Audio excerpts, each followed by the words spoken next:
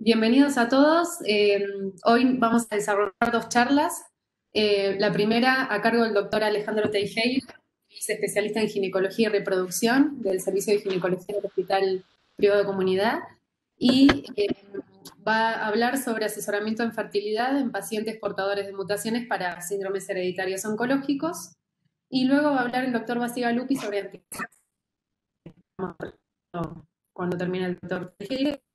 Si nos queda tiempo, presentaremos dos básicos en relación a estos temas. Así que Alejandro, te dejo la palabra y te agradecemos por participar. Bueno, muchas gracias, Evina, a vos, a Eugenia, por participarme. Y bueno, me toca hablar de la parte de reproducción y bueno, en este grupo especial de pacientes, ¿no? Bueno, como introducción, como para hacer un reconto de lo que se viene hablando, se sabe que el cáncer de mama es el cáncer más frecuente en las mujeres en edad reproductiva, ¿cierto? Se sabe que tiene una excelente tasa de sobrevida, ¿no es cierto? Gracias a los tratamientos oncológicos. Creo que esos tratamientos oncológicos tienen efectos adversos sobre la reproducción, razón por la cual toda paciente joven recientemente diagnosticada de un cáncer de mama debería ser asesorada sobre las posibilidades de desarrollar falla ovárica prematura y de las distintas opciones de preservación de la fertilidad quienes estén interesadas. También sabemos que del 5 al 10% de los cánceres de mama son hereditarios y que de ese 5 al 10%, el 80% están asociados a mutaciones BRCA1 o BRCA2. Entonces, como las mutaciones BRCA están asociadas a un mayor riesgo de cáncer de mama y de ovario, se llaman síndromes de cáncer de mama y de ovario hereditario, ¿no? También se sabe que ser portador de estas mutaciones genera un riesgo acumulado de cáncer de mama y de ovario, que es del 67 y 45% de los BRCA1 y del 66 y 12% de los BRCA2, siendo mayor en mujeres jóvenes y decreciendo con la edad. Y que estos pacientes, los que desarrollan cáncer de mama, habitualmente lo desarrollan en edad reproductiva, y las que desarrollan en cáncer de ovario luego de los 40 a 45 años. Bueno, este sería el espectro de pacientes o las pacientes que nos podríamos llegar a encontrar en el consultorio. Tenemos una paciente que puede ser la portadora sana y otra paciente que es la paciente joven, menor de 40 años, que tiene un cáncer de mama y que tiene deseos gestacionales. Bueno, recibir la noticia de ser portador de una mutación BRCA genera un impacto psicológico. La paciente tiene que encarar un mayor riesgo de cáncer de mama, un mayor riesgo de cáncer de ovario. Tiene que encarar la posibilidad de realizar a futuro una cirugía reductora de riesgo, una salpingoforectomía bilateral profílica, lo que va a traer como consecuencia disminuir o anular su fertilidad, tener cambios en la imagen corporal y en su sexualidad. Pero también se sabe que este grupo de pacientes tendrían un riesgo aumentado de insuficiencia ovárica y una menor respuesta a la estimulación. En el otro, ya la paciente que no tuvo tiempo de tomar medidas preventivas es la mujer que viene con un cáncer de mama y se sabe que, o se termina sabiendo que es BRCA mutada.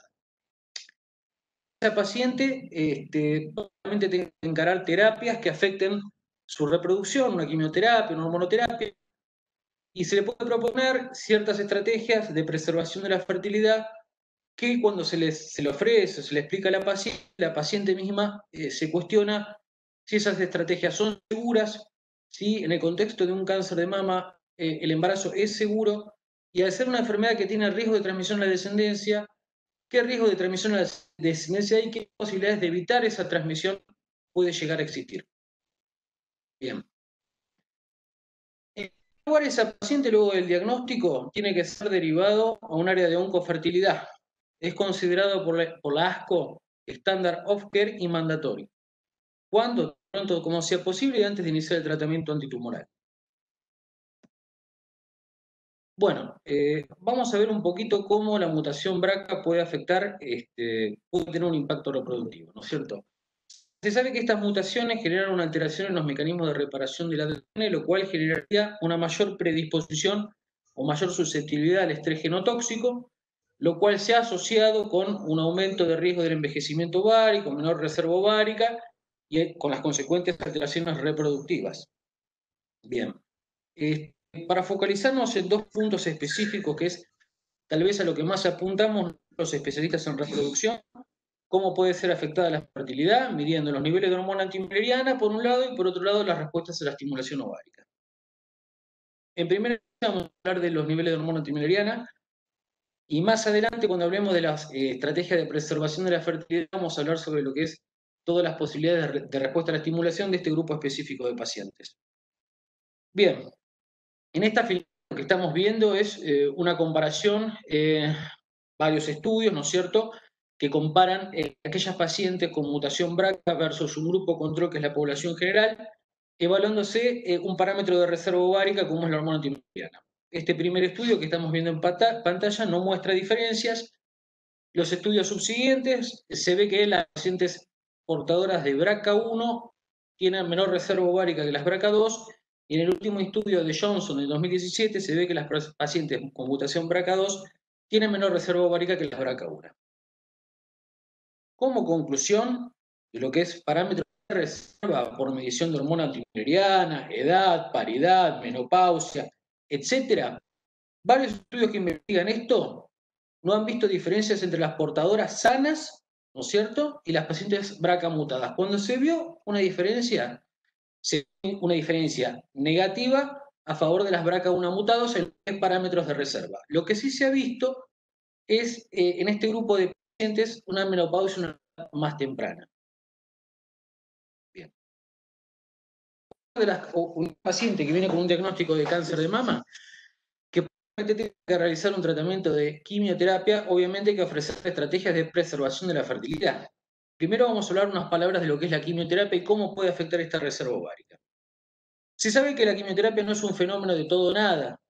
Puede producir un daño agudo o, lo que es más común, que el daño sea crónico. La gonadotoxicidad va a depender de varios factores. En primera instancia, la edad de la paciente al momento del diagnóstico y del tratamiento, del tipo de régimen de quimioterapia. Se sabe que los regímenes con ciclofosfamida, antraciclina, taxanos tienen un riesgo intermedio de generar fallo ovárica del 40 al 60%, y también que los platinos, que se están utilizando mucho en este tipo de tratamientos, también tendrían un riesgo intermedio, pero se le agregaría por su mecanismo de acción y por lo que produce la mutación BRCA, lo que es la alteración en los mecanismos de reparación del ADN, un impacto negativo añadido.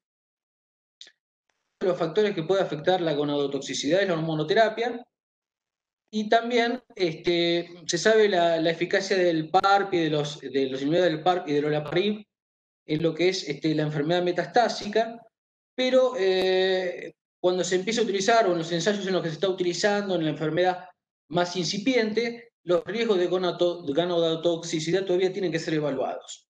Se sabe también que por este perfil de reserva ovárica que tienen las pacientes mutadas más reducidos serían más susceptibles al daño gonadotóxico de la quimioterapia. Bien, este estudio de acá, presentar, lo que hace es mostrar la probabilidad de amenorrea secundaria en portadoras de BRCA con cáncer de mama.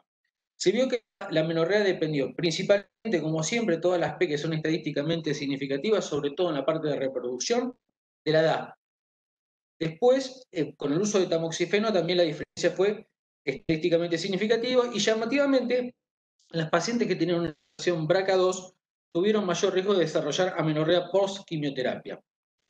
Las limitaciones de este estudio fueron que se trataba de un cuestionario retrospectivo, no incluía ni las dosis ni el tipo de quimioterapia, y el grupo de pacientes no portadores, el número era limitado y las características basales desconocidas.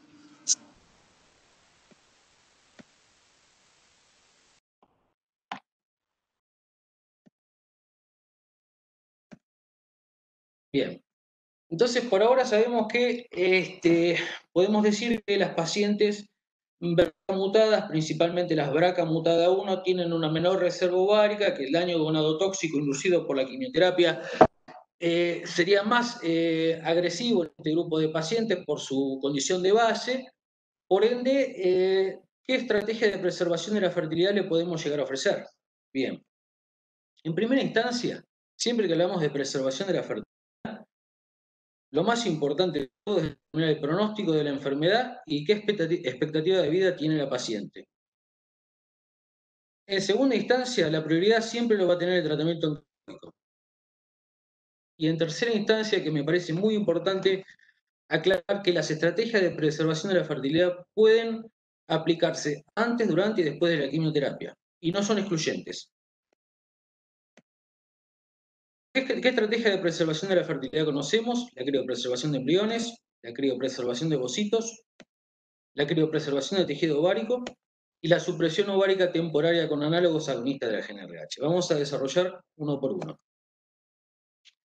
Antes de hablar de las distintas estrategias, me pareció importante aclarar que tenemos una ley de fertilización asistida, que la conocemos, me imagino que lo conocemos la gran parte de los presentes, y que esta ley contempla en especial a aquellas pacientes que debido a tratamientos médicos o intervenciones quirúrgicas van a tener comprometida su posibilidad de procrear. Es importante saber esto para asesorar a la paciente y para que todo este tipo de estrategias que se van incluyendo en el abanico de posibilidades, la paciente tenga total acceso. Bien, criopreservación de embriones. No sería una de las indicaciones eh, o tendría como limitante las cuestiones ético-legales vinculadas a la criopreservación justamente de embriones, sobre todo si la paciente muere. No sería de primera indicar o recomendar una criopreservación de embriones. Bien, la criopreservación de ovocitos es la técnica estándar y de elección en este grupo de pacientes. ¿A quién se la podemos ofrecer? Se indica a pacientes desde la posmenarquia hasta un límite de edad en la cual se asegure que la técnica tenga beneficios, que podría ser entre los 37 y 40 años. Para la criopreservación de ovocitos se necesita promedio 10 a 15 días. ¿Por qué? Porque hay que hacer toda una estimulación ovárica, etc. Pero ¿qué pasa?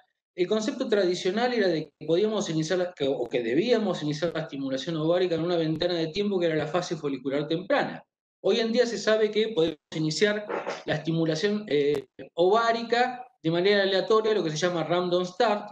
¿Por qué? Porque habría distintos momentos durante el ciclo donde se podría llegar a producir una ventana de reclutamiento folicular.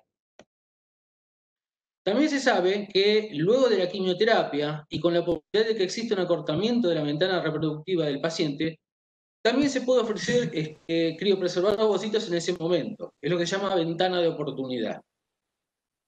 ¿Qué más para estipular los ovarios en pacientes oncológicas con cáncer de mama incluirían inhibidores de la aromatasa como letrozole, antagonistas de la GnRH y la descarga final sería con análogos agonistas, obviamente el uso combinado con gonorfinas. ¿Qué pasa con la criopreservación de ovocitos en relación a la criopreservación de embriones? Tiene una ventaja legal y de aspectos estéticos porque el óvulo, en caso de que la paciente no sobreviva al tratamiento, se puede descartar, no así un embrión congelado. O no sería al menos tan simple o tan sencillo. Bueno, acá voy a hablar un poquito de un estudio, como veníamos hablando, diciendo, se sabe o se presume que las pacientes BRCA mutadas, especialmente las pacientes con una mutación BRCA1, tendrían una menor reserva ovárica medida por hormona antimileriana. Uno esperaría que cuando hiciera o llegara a hacer una estimulación ovárica, el perfil de respuesta sería menor. Bueno, en ese contexto, Octay y colaboradores compararon la respuesta a la estimulación ovárica con un protocolo que tenía letrozole entre 12 pacientes con cáncer de mama, BRCA mutadas y 37 sin mutaciones.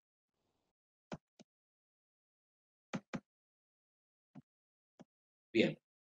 La tasa de baja respuesta ovárica, definida como la recuperación de menos o igual a 4 ovocitos en mujeres menores de 38 años, fue significativamente más alta en pacientes BRCA mutadas cuando se la comparó con las BRCA negativas. Todas las pacientes BRCA mutadas con baja respuesta eran BRCA1. Y la media de fue significativamente menor en BRCA mutadas que en BRCA negativas. Comparada con los controles, las BRCA1 mutadas, pero no las BRCA2 mutadas, produjeron menor cantidad de ovocitos. Ahora, en el otro espectro, un estudio más reciente, en los cuales se midió también la performance, la estimulación ovárica controlada, con un protocolo que incluyó tamoxifeno en un 19% de los casos. En 20 pacientes con cáncer de mama BRCA mutadas no encontró ninguna diferencia a compararla con las 36 BRCA negativas. El estudio mostró resultados similares entre portadores y no portadores en términos de ovocitos recuperados y tasas de fertilización. Pero se puede hacer hincapié en dos grandes diferencias entre estos dos estudios es importante para el análisis posterior. Uno de ellos se trata de que las poblaciones de estudio, las etnias eran diferentes. Una incluía mujeres americanas y otra mujeres israelitas, y que el empleo de los protocolos de estimulación ovárica también eran distintos. En el primer estudio se utilizó letrozole y en los otros estudios, en el otro estudio se hizo, los esquemas de estimulación no eran homogéneos, se utilizaron esquemas con análogos agonistas en protocolo supresor largo, esquemas con antagonistas, esquemas con tamoxifeno. Esas serían las críticas que tendría el trabajo, no serían comparables, digamos, ¿no? Además de que la población de estudio en total, en forma combinada en los dos estudios, solamente fueron 32 pacientes con cáncer de mama y mutaciones BRCA. Bien. Estos son básicamente un resumen de los que acabamos de hablar, ¿no es cierto? El de Octay, el de Shapira y el más reciente, donde también se ve que la captación de ovocitos en las pacientes BRCA1 mutadas era menor que el grupo control. Entonces, por acá podemos llegar a concluir entonces que por la alteración en los mecanismos de reparación del ADN, el mayor estrés genotóxico, la mayor susceptibilidad al envejecimiento ovárico, ocurriría una reducción en la reserva ovárica que sería más ostensible en las pacientes BRCA mutada 1, lo podríamos medir a través de un dosis de hormona antimileriana que en comparación con los grupos controles sería menor. También se ve que en función de la respuesta a la estimulación ovárica sería coherente los hallazgos de parámetros basales o de reserva ovárica con lo que uno encuentra cuando estimula. Tendría la paciente BRCA1 mutada una menor respuesta a la estimulación. También me parece importante considerar que las pacientes con cáncer ya de base tienen, por su estado catabólico, por su estado de malnutrición, una menor respuesta a la estimulación que las poblaciones que van a hacer, por ejemplo, una vitrificación ovocitaria por una maternidad diferida o por una causa social. Bueno. Después, obviamente, hablamos de todos estos temas, estamos haciendo el imaginario de que lo estamos hablando con el paciente, ¿no es cierto? Lo estamos asesorando, le estamos diciendo bien, vos querés ser mamá, tenés que hacer un tratamiento oncológico, este tratamiento oncológico puede afectar tu reserva ovárica, va a modificar toda tu programación de lo que es la familia, se le asesora a la paciente BRCA mutada sin enfermedad, pero esa paciente que va a congelar ovocitos o que va a realizar una estimulación ovárica para preservar su fertilidad, tiene un montón de miedos, de dudas, de temores, no solo son, vinculadas a la patología de base, su expectativa de vida, sino también a que lo que nosotros vayamos a hacer no le vaya a empeorar su pronóstico, no le vaya a agravar la enfermedad, no vaya a incrementar el riesgo de recurrencia o de recidiva. Son pacientes complejas que hay que acompañarlas y contenerlas en todo aspecto. Bueno, hay muchos estudios que son muy alentadores en lo que respecta a la intervención médica, ¿no es cierto?, el uso de medicamentos en fertilidad, ¿no es cierto?, y la seguridad de ellos. Este trabajo, por ejemplo, que es un estudio de caso y control, concluye que el uso de medicamentos para la fertilidad no afecta adversamente al riesgo de cáncer de mama en pacientes BRCA mutadas, pero dado que el tamaño de muestral es muy pequeño, estos hallazgos deben ser interpretados con precaución, requiriéndose estudios confirmatorios. El cúmulo de información siempre hace pensar que los tratamientos de reproducción para preservar la fertilidad no impactarían negativamente en el desarrollo de su enfermedad. Otro estudio que es un estudio prospectivo en un único centro, que después vamos a ver la filmina, también investigó la seguridad de la estimulación ovárica antes de iniciar la quimioterapia y es el único prospectivo hasta ahora.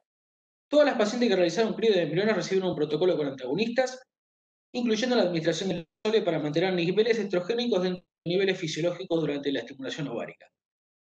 Sabemos que los inhibidores de la aromatasa justamente inhiben la enzima aromatasa, que es la que transforma el andrógeno en estrógeno, por ende aumenta la sensibilidad en las células de la granulosa a la FSH, no hay feedback negativo, y mantienen los niveles estrogénicos similares a los de un ciclo normal, inclusive un poquito más bajos también. De 337 pacientes con cáncer de mama incluidos, 120 realizaron estimulación ovárica controlada, mientras 217 no realizaron ningún procedimiento de preservación de la fertilidad y funcionaron como controles. Luego de una media de seguimiento de 5 años, el estudio mostró que no hubo diferencias en la supervivencia libre de recaídas entre los dos grupos. Perdón. En el estudio de cohorte completo, 188 pacientes realizaron testeo para mutaciones BRCA, resultando en 47 pacientes BRCA mutadas, 127 BRCA negativas y 11 sin confirmar. De las 47 BRCA mutadas, 26 realizaron estimulación ovárica controlada y 21 no realizaron ningún procedimiento de preservación de la fertilidad. Las mujeres del grupo de estimulación ovárica tenían la tendencia de tener tumores más pequeños en comparación con aquellas del grupo control. Inclusive en la población BRCA mutada no se vio diferencia significativa en la supervivencia libre de recaídas entre este grupo, perdón,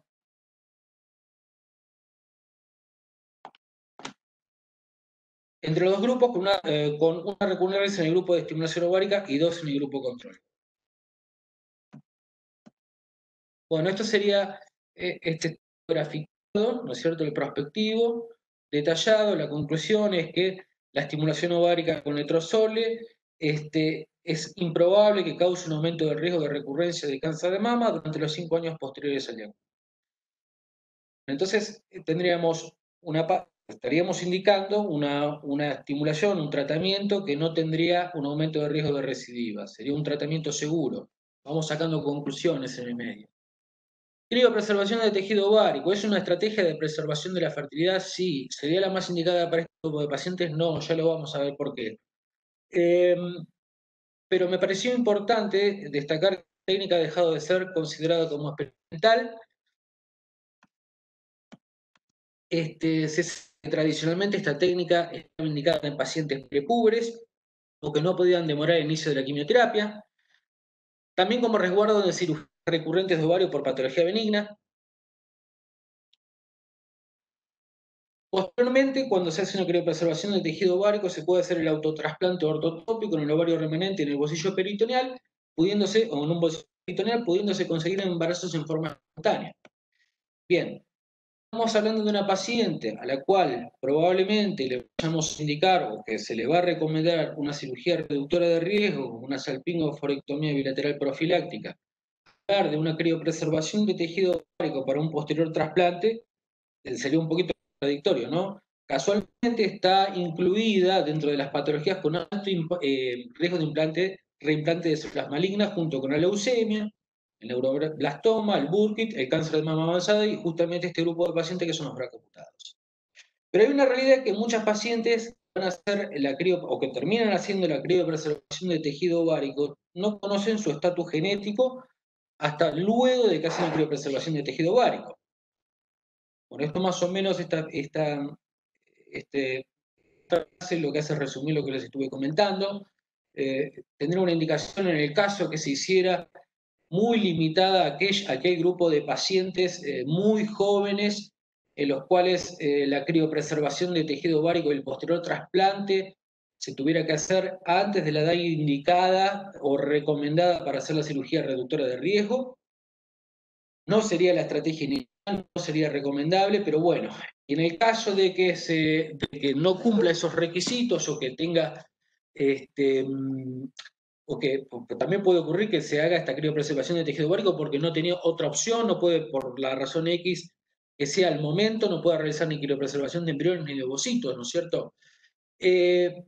A este grupo de pacientes, como digo, no se le recomienda el trasplante, pero en el caso de que se tenga que trasplantar, hay una experiencia que es la noruega, que se ha hecho, a pesar de las recomendaciones de no realizar el trasplante, se le ha hecho el trasplante a la paciente, ya sea en el antebrazo o en la piel del abdomen, para tener un mejor monitoreo o seguimiento. En el caso de que se haya optado o se haya realizado esta estrategia, se opte por no hacer el trasplante heterotópico, una de las opciones que queda es la maduración in vitro, que sigue siendo una técnica experimental.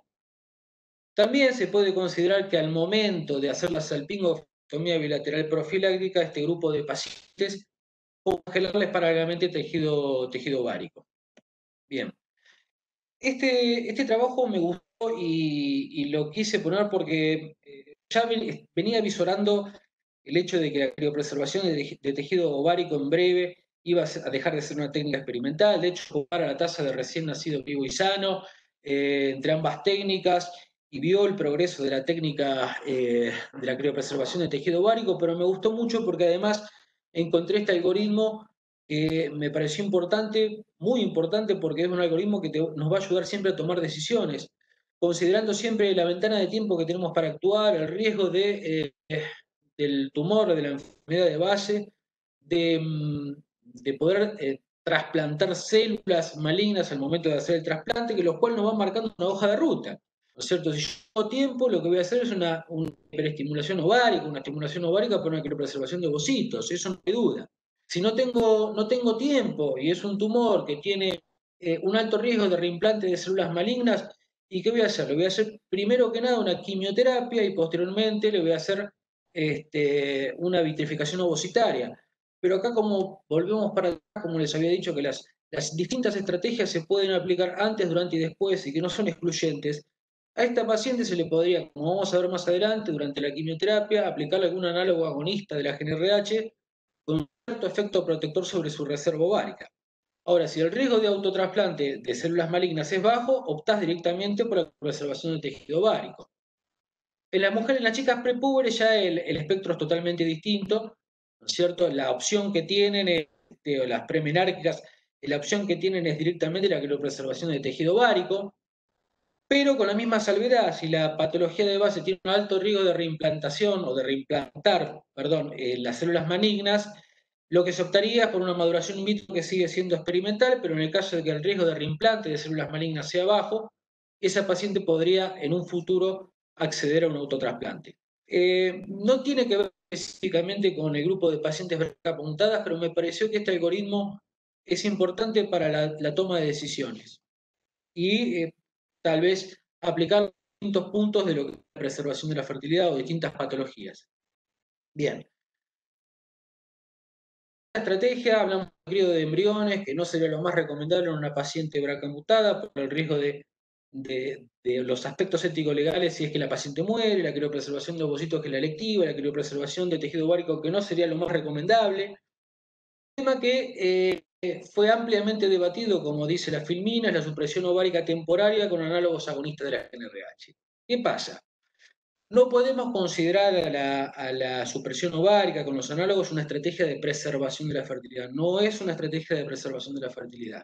Sí tiene un efecto protector sobre la función ovárica mientras dura la quimioterapia. El mecanismo sería un down regulation. También se sabe que reduciría la vascularización o menor llegada de las sustancias gonadotóxicas al ovario, llevaría al ovario a un estado prepuberal y tendría un efecto protector sobre las stem cells. Si bien se sabe que no es una estrategia para preservar la fertilidad y que tiene un efecto protector, hay hallazgos recientes que en realidad está súper estudiado y visto por un montón de estudios que ya lo vamos a ver, que apoyan esta estrategia como parte de las estrategias de preservación de la fertilidad en pacientes con cáncer de mama. Los tres randomizados más grandes son el PROMIS, el HIMSS, el POEMS, el SWAP y el OPTION, y que mostraron resultados similares con una significativa reducción en el riesgo de desarrollar fallo ovárica prematura y tasa de embarazo más altas en pacientes que recibieron análogos agonistas durante la quimioterapia.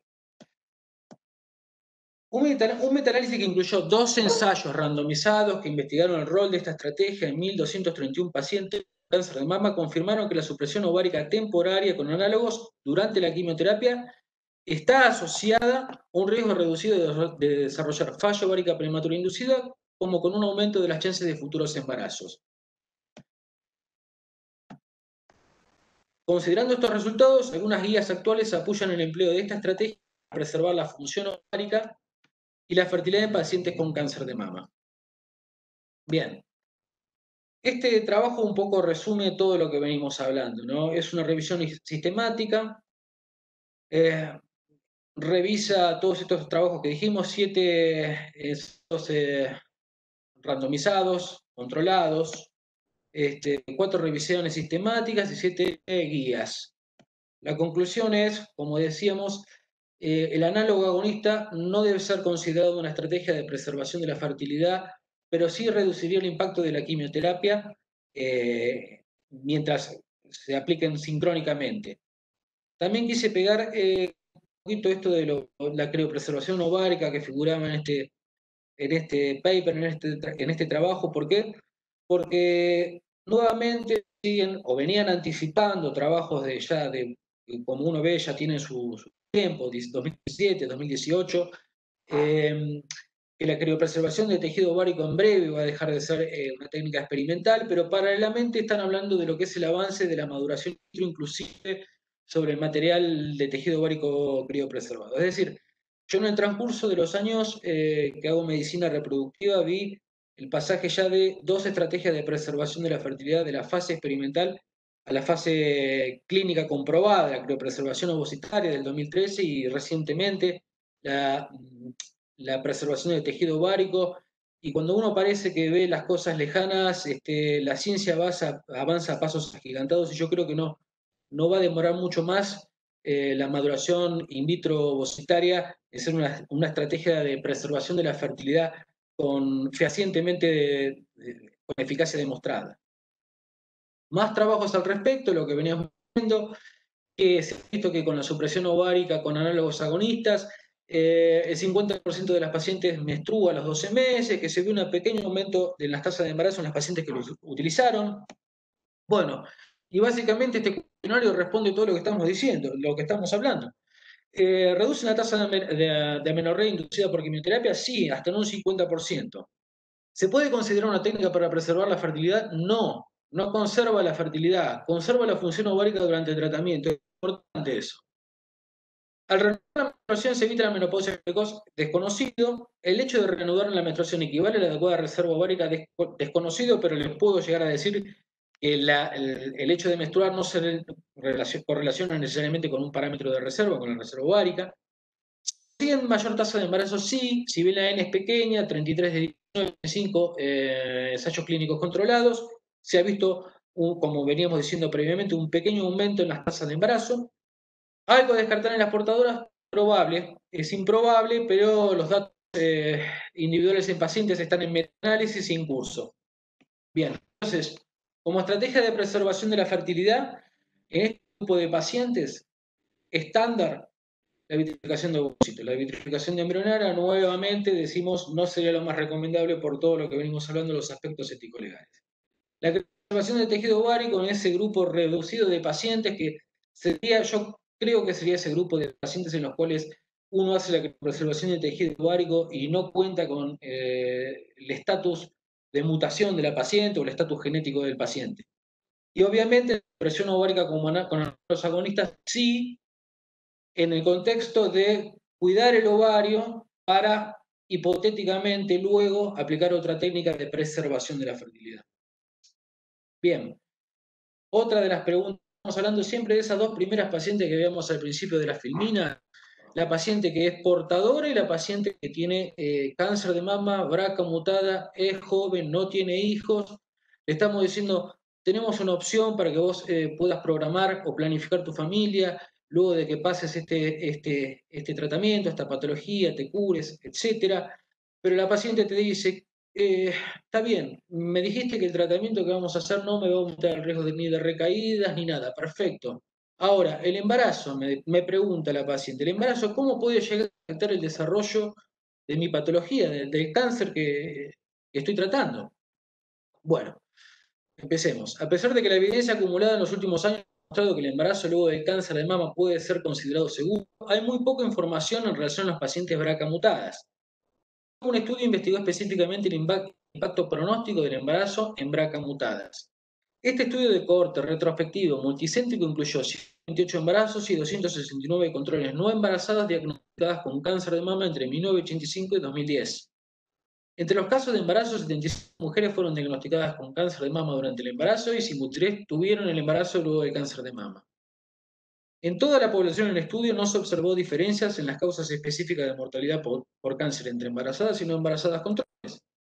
Resultados similares también se observaron en su grupo de análisis cuando se consideró solo el pequeño subgrupo de pacientes caso luego de cáncer de mama. Debido al limitado número de pacientes incluidos en el análisis, no se puede sacar conclusiones sólidas de este estudio para aconsejar sobrevivientes BRCA mutadas sobre la seguridad de un embarazo luego del diagnóstico de cáncer de mama.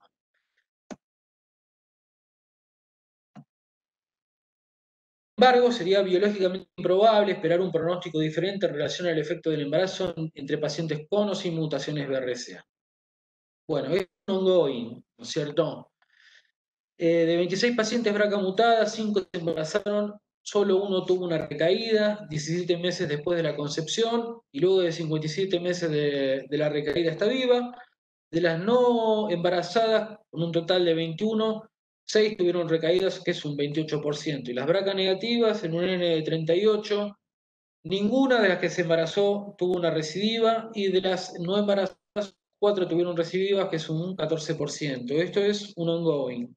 Por lo pronto podemos llegar a decir que el embarazo no afectaría la evolución del cáncer, aumentaría el riesgo de recidivas, y este trabajo que está evaluando específicamente las mutadas está ongoing por ahora, de las que se embarazaron uno solo, si bien el número de embarazos es bajo. Bien, entonces me dicen, bueno, puedo hacer la estimulación, hago mi tratamiento, me cuidan el ovario, preservo mi fertilidad, lo hago en este momento, lo hago en el otro, me puedo embarazar. Ahora, ¿en qué momento me embarazo? Bueno, otra pregunta que vamos a tratar de responder ahora.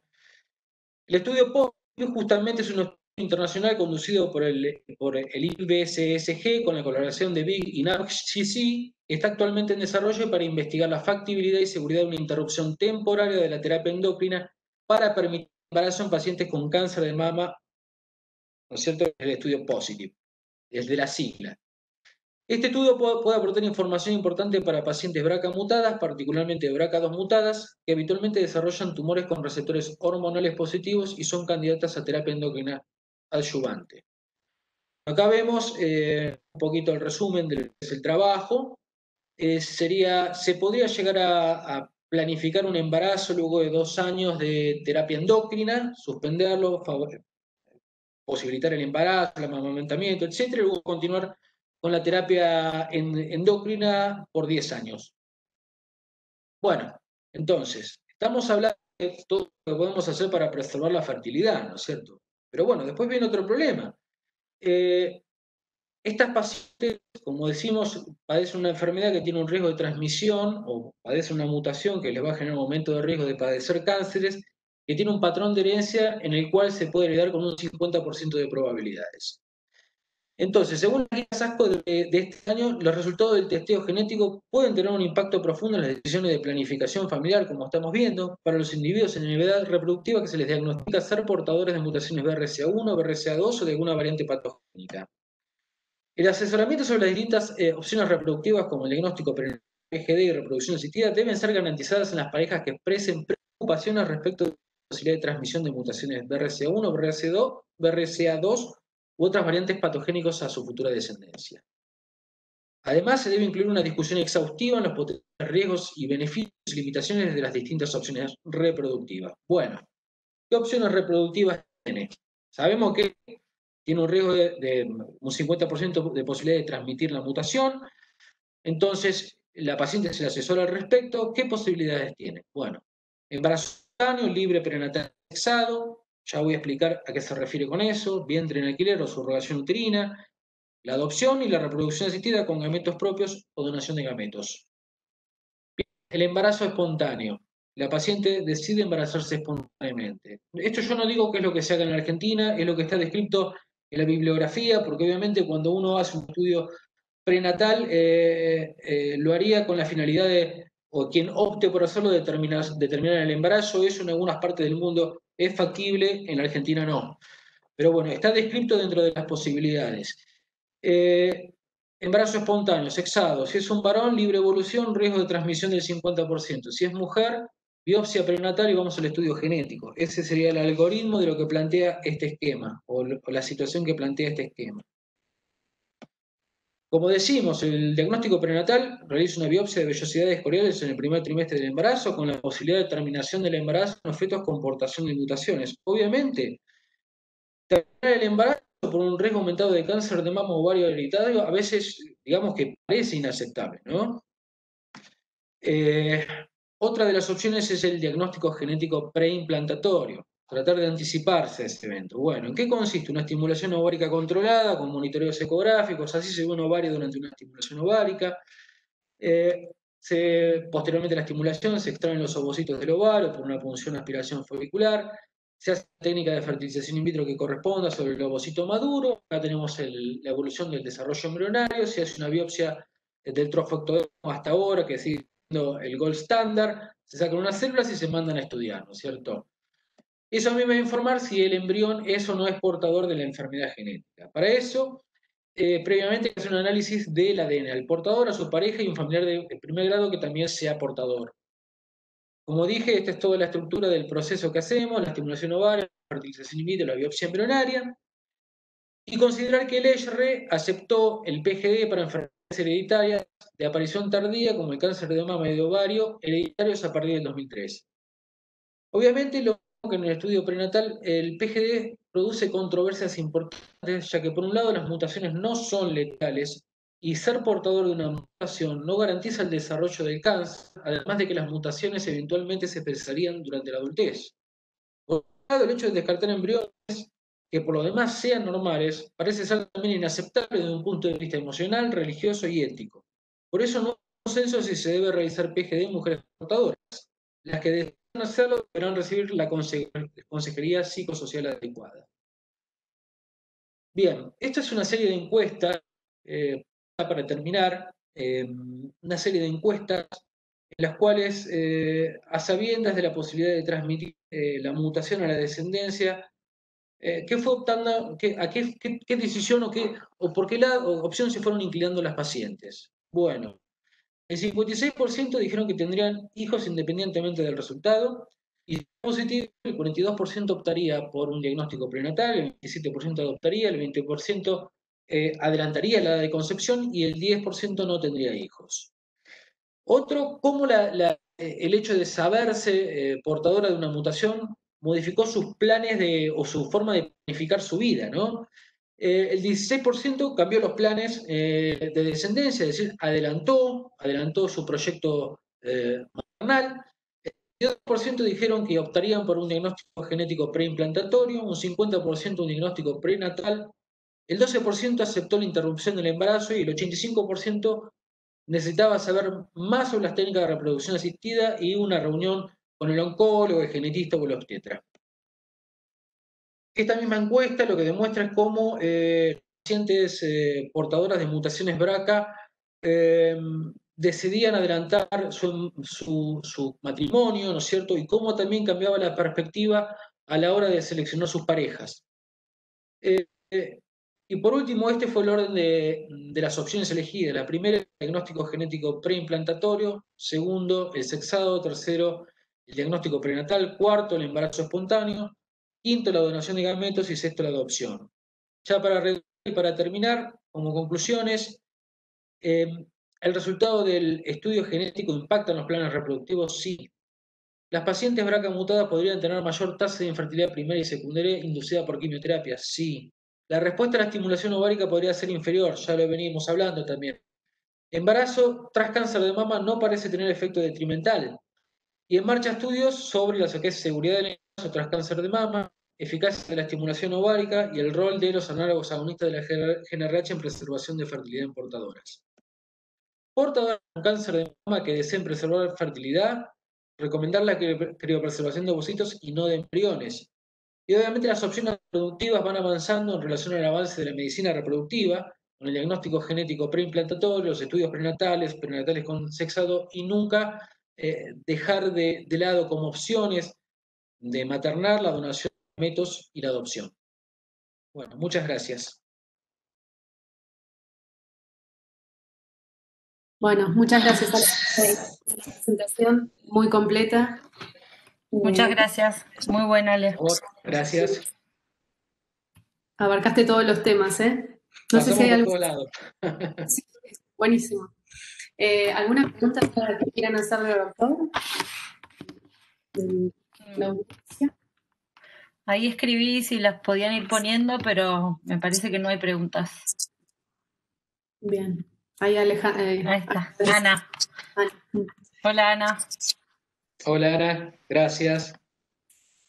Bueno, si Bueno, no, muy bien. pasamos a la siguiente pregunta. Seguimos. Estoy acá. Atilio. Pregunta. Pará, quería preguntar, Sí. ¿sabe dónde se hace? Muy buena, Alejandro, estupenda. ¿Dónde se ¿Cómo? hace? Muy buena y estupenda la información que nos diste, muy buena. Bueno, me alegro que... Sí.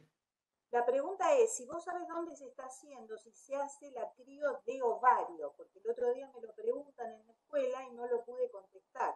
Si sabés Mira, dónde se hace y si se está haciendo acá en Argentina. mira, en el hospital italiano casi con seguridad. Te podría llegar a decir que en el hospital italiano sí. Ah, bien, bien. O sea que solamente en Muerte Capital. Acá en Mar del Plata no tengo conocimiento, Okay. pero en el hospital italiano está Mariano Usal, uno de los médicos reproductólogos y que hace... La verdad que lo que es la preservación de la fertilidad es una especialidad que atraviesa muchas especialidades, lo que digo siempre, y que no necesariamente ser especialista en medicina reproductiva te hace especialista en preservación de la fertilidad, ¿no? Eh, el hospital italiano tiene un área, un departamento que es de preservación de la fertilidad, y yo sabía que el doctor Mariano Usal lo estaba haciendo, junto con la doctora Romina Pelle. No sé si Romina, la doctora Pelle, hace específicamente lo que es la criopreservación del tejido ovárico, pero me parece que es el doctor Usal, en el italiano. Bien. Bueno, Después, gracias. el IFER, perdóname, el IFER también hacía preservación del tejido ovárico, Bien. en Bueno, el IFER. perfecto. Bueno, muy bien. ¿Está bien, Ana? ¿Alguna otra pregunta? Seguimos. Atilio, ¿estás por ahí?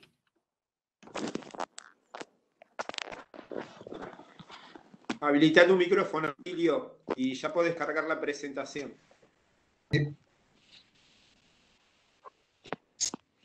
Muy bien. Sí, ahí te vemos. Bueno, Bárbaro. la próxima charla entonces está a cargo del doctor Atilio Bacigalupi, que es médico especialista en ginecología y obstetricia y en endocrinología reproductiva, jefe del servicio de ginecología y de la sección ginecología endocrinológica y reproducción humana del Hospital Privado de Comunidad de Mar del Plata. Gracias, Atilio. Cuando quieras. Muy bien, ¿ahí se me está escuchando? Perfecto. Y ahí vemos la Bueno, presentación. díganme porque no tengo a veces muy buena señal acá de Wi-Fi en mi casa, que vivo medio aislado acá en el bosque. Te avisamos, Bueno, te avisamos. dale, bárbaro. Bueno, antes que nada, bueno, agradecerle a las organizadoras de estas jornadas, a Eugenia y a Silvina, bueno, que me invitaron a hablar sobre anticoncepción en pacientes portadoras de mutaciones para síndromes hereditarios oncológicos. La verdad que hay casi como dos opciones en este tema, ¿no? Ser muy extenso, empezar a analizar la historia de la anticoncepción y la relación, digamos, que tiene probablemente o la relación probable que puede tener con la génesis del cáncer de mama, y remitirnos, digamos, a estudios desde la década de 60, 70, 80, 90, que la verdad que son bastante tediosos, engorrosos, poco claros, o ser muy sintético y decir qué nos ofrecen las guías en los últimos años sobre específicamente los pacientes con mutaciones de los genes BRCA1 y BRCA2 o que tengan antecedentes familiares de cáncer de mama y necesitan planificar la búsqueda de embarazo, ¿no?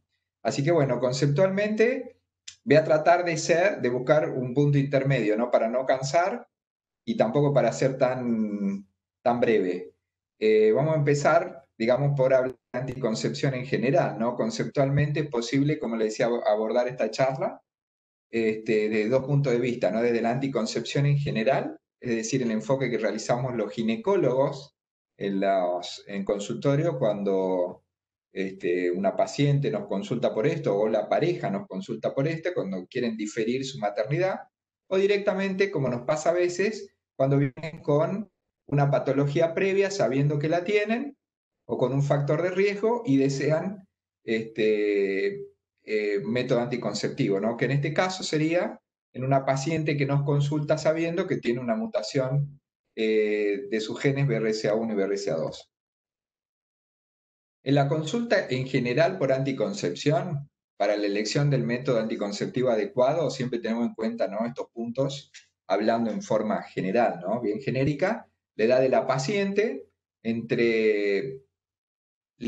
digamos, entre los puntos que nos importa la edad de la paciente, es, uno, porque, bueno, dependiendo de la edad del paciente, hay un cierto grado de adherencia, ¿no? Con el compromiso del tratamiento, eso lo sabemos, no es lo mismo la adherencia que puede tener una paciente en la adolescencia o durante la ventana de mayor fertilidad o en la perimenopausia, ¿no? Eso varía de acuerdo al comportamiento y ese es un punto que lo tenemos que tener en claro. Muy importante, y le da a la paciente también tener el concepto de reserva ovárica. No sé si Alejandro lo mencionó, pero bueno, ¿por qué es importante la reserva ovárica? Porque nos va a estar marcando la ventana de mayor fertilidad, que unido al grado de adherencia que tiene el paciente, si nosotros no indicamos el método anticonceptivo adecuado, puede haber una falla en el objetivo de la prescripción, que es no lograr el embarazo.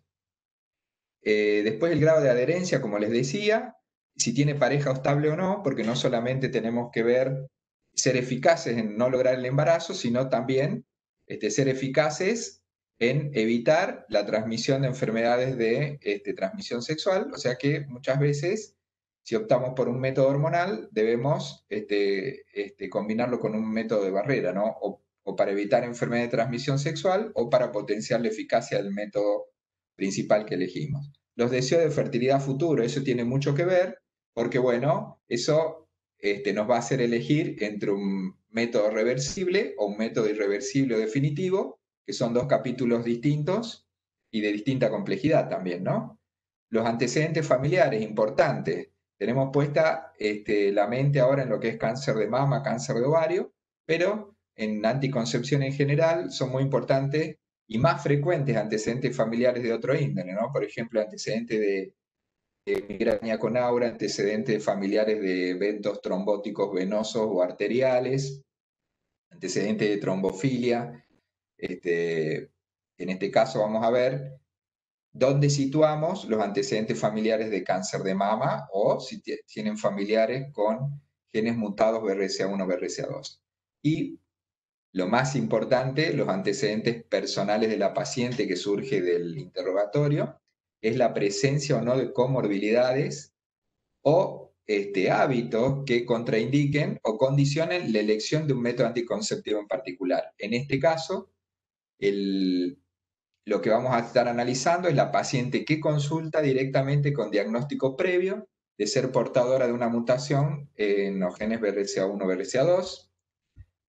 Esta es una frase que me gusta y que me quedó un poco grabada y que, bueno, no solamente es aplicable para anticoncepción, sino en general en medicina.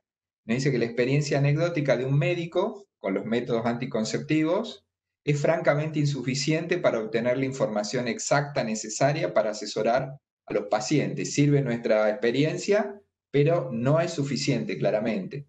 El médico debe conocer las definiciones y las mediciones usadas para valorar la eficacia de los métodos anticonceptivos y recurrir al talento de expertos para resumir las tasas de fracaso exactas y comparativas de los diversos métodos anticonceptivos y poder elegir bien. Y esto le agrego un poquito yo, adaptarlo al contexto de la paciente y su pareja, en particular minimizando o evitando los efectos colaterales de la aplicación de cada método, que es lo que vamos a tratar de hacer ahora. Bueno, perdón. Un repaso, pero muy breve para situarnos en contexto, ¿no? Cómo es la clasificación de los métodos anticonceptivos, porque cada uno de estos va a tener, digamos, un rol diferente cuando lo indiquemos en las pacientes con mutaciones genéticas.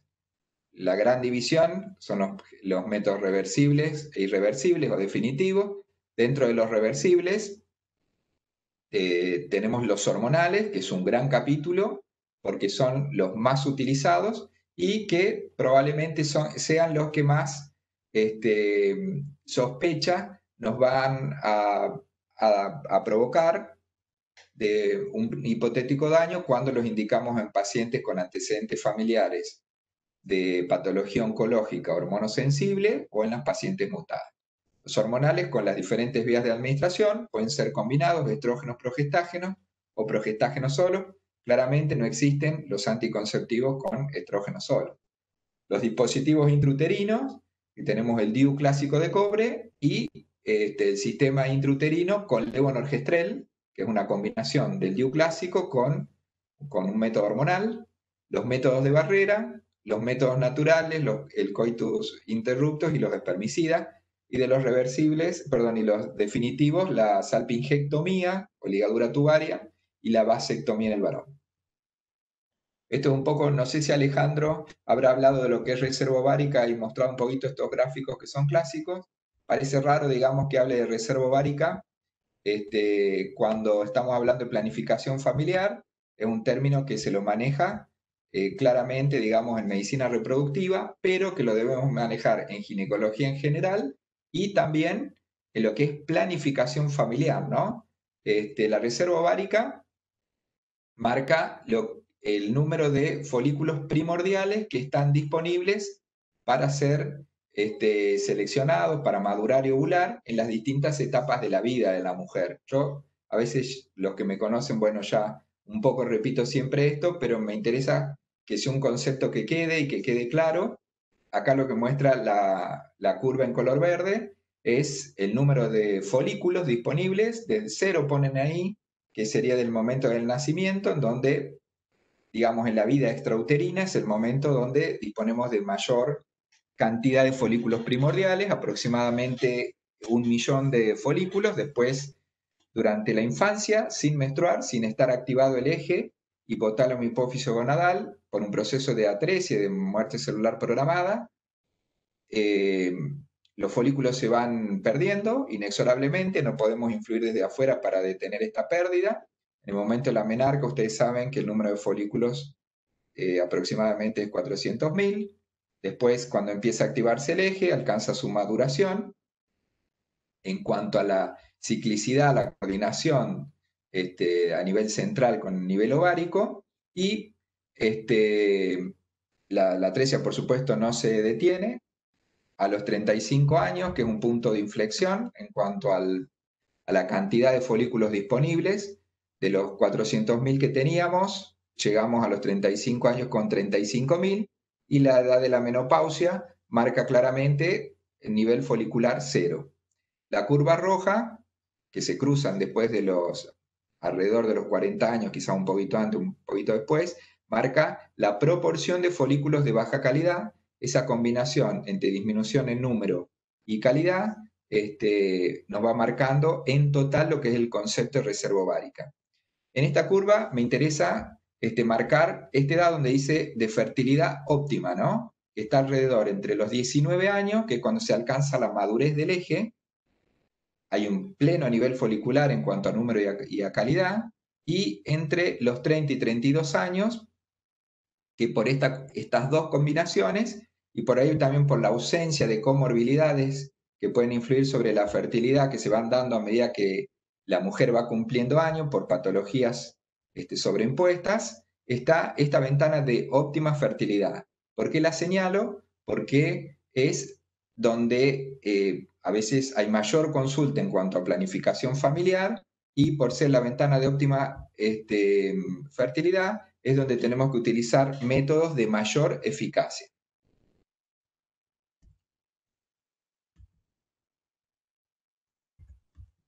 Bueno, no sé por qué. Ahí estamos. Bueno, esto es un poco más gráfico,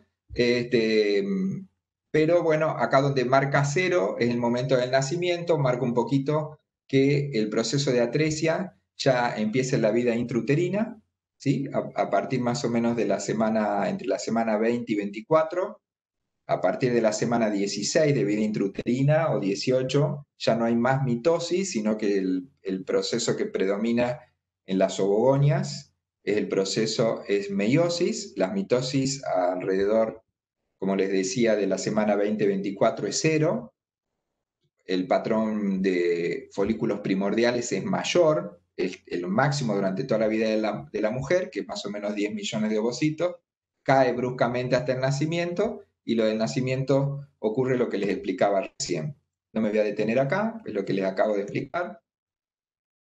De nuevo esta curva, un poquito más esquemática, y esto es lo que es la tasa de fecundidad mensual por edad de la mujer, que tiene una correlación importante con lo que es la reserva ovárica, claramente, ¿no?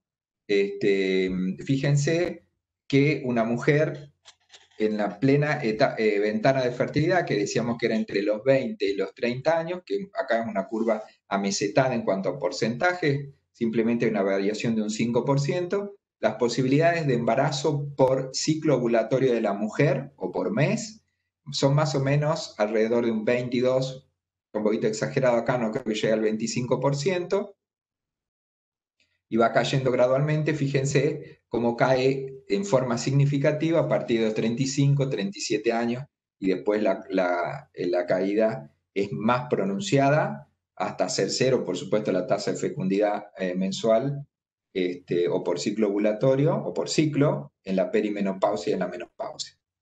Esta no tiene nada que ver con fertilidad, pero es una curva que me interesa mostrarla, después la vamos a sobreponer con la anterior, en donde, como ya les mencionaba, uno estaría, si recordamos lo que es la ventana de mayor fertilidad, y donde mencionaba un poco que es donde más vamos a tratar de utilizar métodos anticonceptivos más eficaces, y como vamos a ver, los que tienen mayor eficacia son los hormonales. Ese grupo de pacientes va a estar expuesto a un mayor tenor hormonal, ¿no? Y hablando de cánceres hormonosensibles, por antonomasia el cáncer de mama, fíjense cómo la incidencia de cáncer de mama, el pico de la curva, es casi opuesto a la edad en que estaríamos utilizando preparados hormonales, claramente los anticonceptivos hormonales. Acá están las dos curvas para poderlas comparar, y uno diría, ¿no? ¿Qué tendría que ver, digamos, en el tiempo tan alejado, qué incidencia puede tener recibir hormonas casi 15 o 20 años antes de la edad de producción o de máxima incidencia de un cáncer hormonodependiente?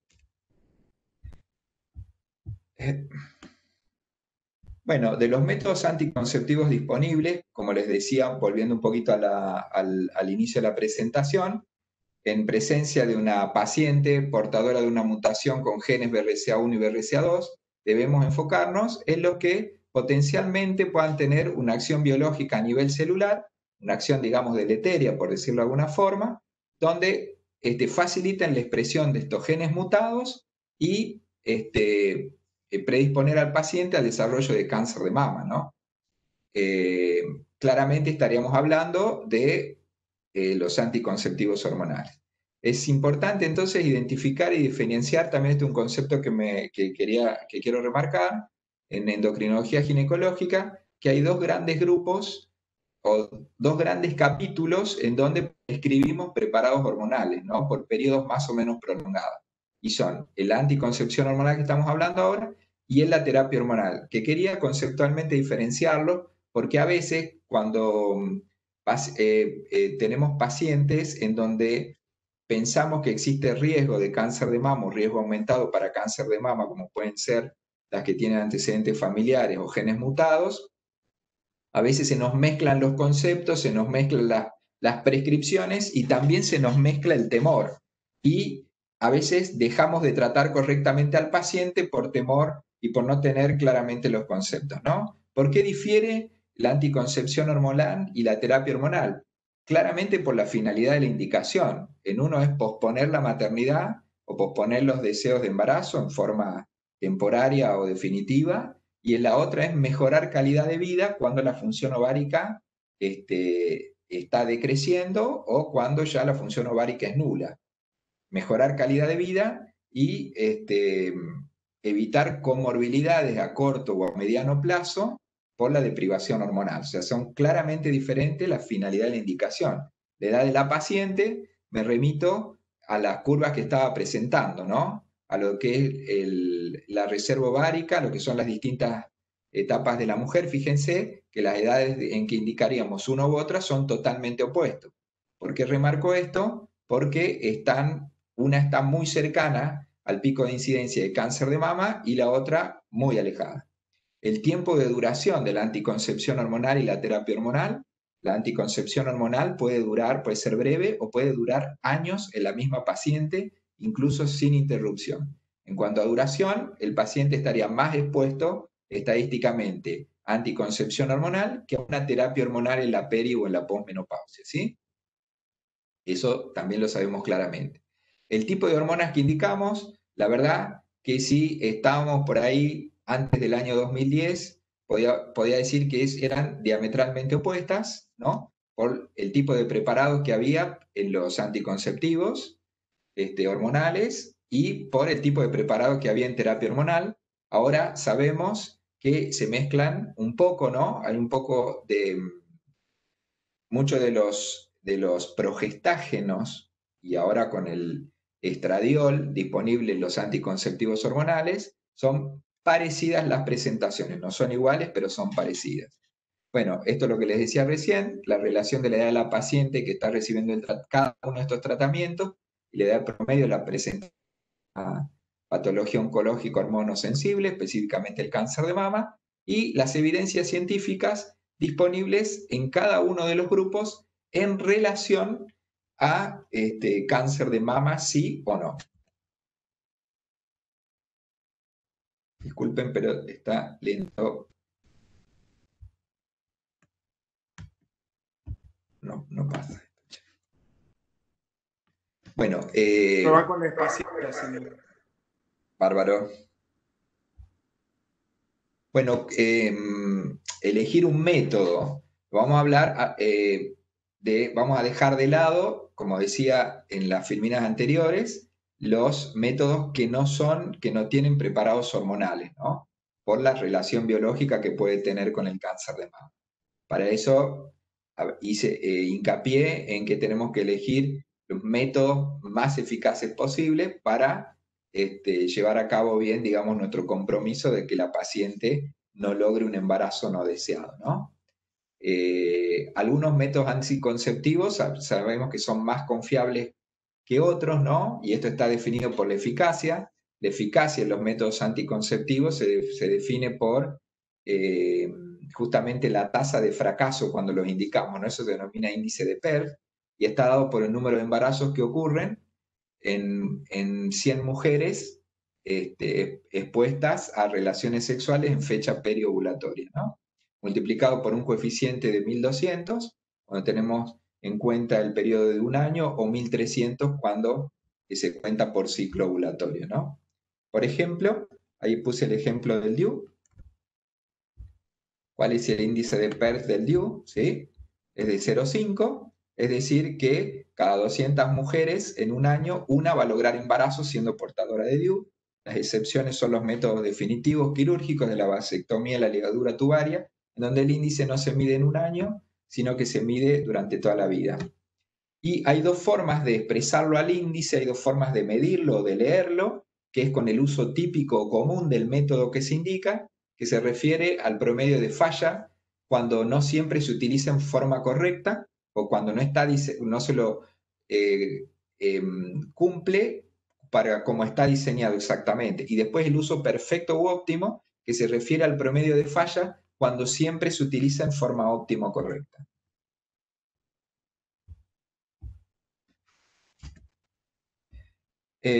Ahora voy a mostrar en una tabla donde se compara la eficacia de los diferentes métodos anticonceptivos y después les voy a explicar por qué. En esta tabla, que me aparece la imagen acá de Eugenia, que me la tapa un poquito. Acá vemos en una de las columnas el método, en uno el índice de PERS con el uso perfecto y en el otro con el uso típico. Primero puse ningún método. El ningún método es la posibilidad de ese 85%, es la posibilidad de lograr un embarazo en un año en una pareja sana que mantiene relaciones sexuales programadas en fecha periovulatoria, ¿sí? O sea, eso sería la tasa de fertilidad anual normal en pacientes sanos. Cuando indicamos anticonceptivos, por ejemplo, combinados, el índice de PERF con el uso perfecto es de 0,1, es muy buena la eficacia, con el uso típico por distintos motivos, falla en la adherencia, etc., es de 7,6, cae mucho. Después los anticonceptivos hormonales que tienen solo progestágeno, 0,5. Seguir con los que tienen hormonas, el dispositivo liberador de levonorgestrel, Mirena, 0,1. muy alta la tasa de los implantes subdérmicos, 0,05, incluso con el uso típico, porque al ser un implante se libera la falla del método con el olvido. Los inyectables también tienen un buen índice de PERS y el anillo vaginal. Resalté en negrita todos los que son de mayor eficacia, es decir, como mencionaba anteriormente, serían los elegibles como en primer lugar, ¿no? Cuando no haya contraindicación.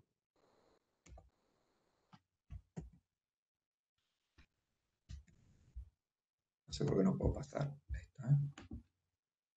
Bueno, hablando de anticoncepción hormonal, también conceptualmente me interesaría diferenciar grupos de pacientes para ver cuáles son los potenciales efectos colaterales o qué es lo indeseable que queremos evitar cuando los indicamos, ¿no?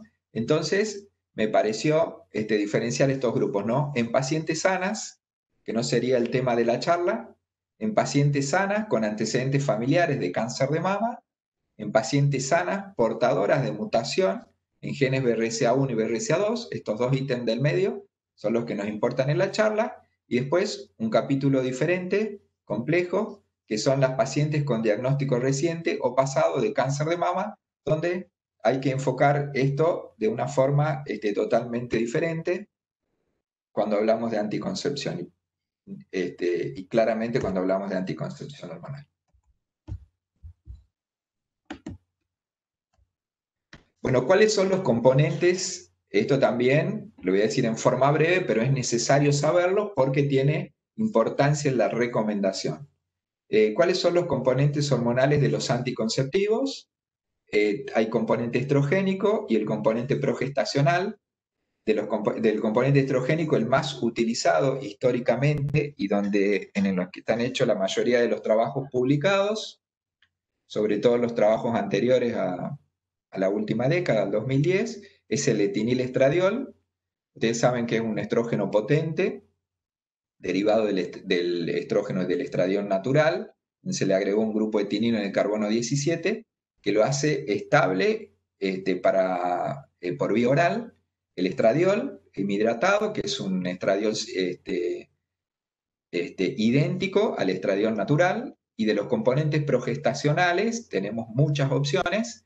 Las clásicas son los 19 norderivados, son derivados de la nortestosterona, derivados a su vez de la etisterona, que se le agregó un grupo etinilo, también para hacerla, que es un andrógeno, para hacerla estable por vía oral, y después se vio que eliminando el carbono 19 perdía un poco la acción androgénica y tenía mucha acción progestacional, entonces se la empezó a utilizar como inhibidor de la formación del cuerpo lúteo. Esa era la finalidad inicial, ¿no? Y de los 19 norderivados tenemos el norgestrel, el levonorgestrel, que es uno de los progestágenos más utilizados históricamente, igual que el gestodeno, el desogestrel, el etonorgestrel y el norgestimato. Puse 2 veces el gestodeno. Después los derivados de la progesterona, que es el acetato de la medroxiprogesterona, no es el progestágeno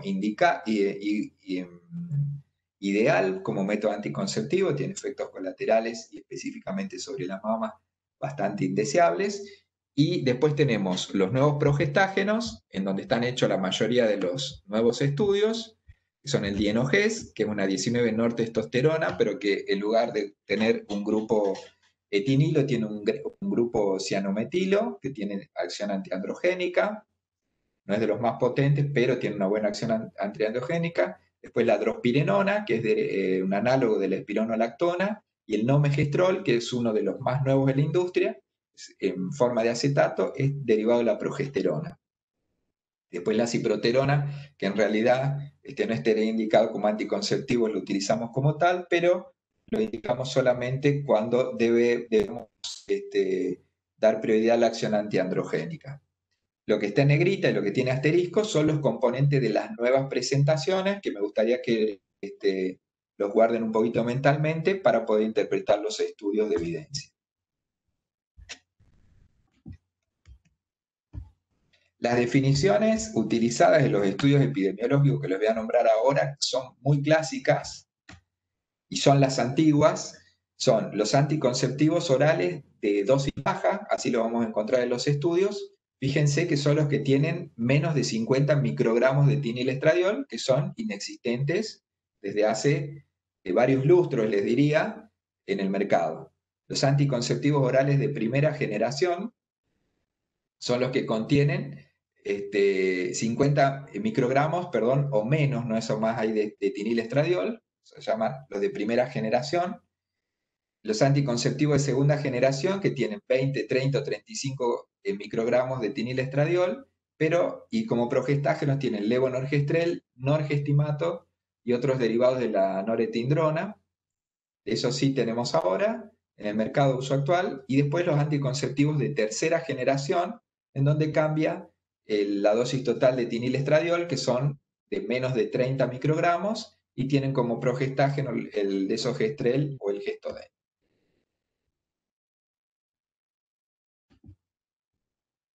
Bueno, ¿cuál es la evidencia disponible en el primer ítem que les decía de pacientes donde potencialmente el anticonceptivo por el componente estrogénico